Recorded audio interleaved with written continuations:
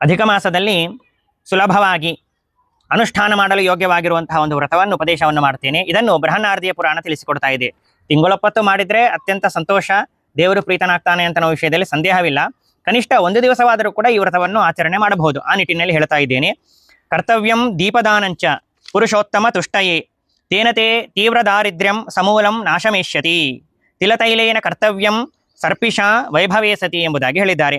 ಅಧಿಕ ಮಾಸದಲ್ಲಿ ದೇವರ ಎದುರುಗಡೆಗೆ ಒಂದು ತಿಂಗಳಿನವರೆಗೆ ಕನಿಷ್ಠ ಪಕ್ಷ ಒಂದು ದಿನವಾದರೂ ಕೂಡ ಅಖಂಡವಾಗಿ ದೀಪವನ್ನು ಬೆಳಗಿಸಬೇಕು.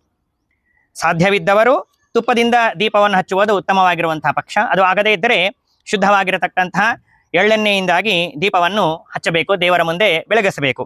ಹೀಗೆ ಮಾಡುವುದರಿಂದಾಗಿ ಭಗವಂತ ಬೇಗನೆ ಪ್ರೀತನಾಗ್ತಾನೆ ಎಂಬುದಾಗಿಯೂ ಕೂಡ ಪುರಾಣ ತಿಳಿಸಿಕೊಡ್ತಾ ಇದೆ.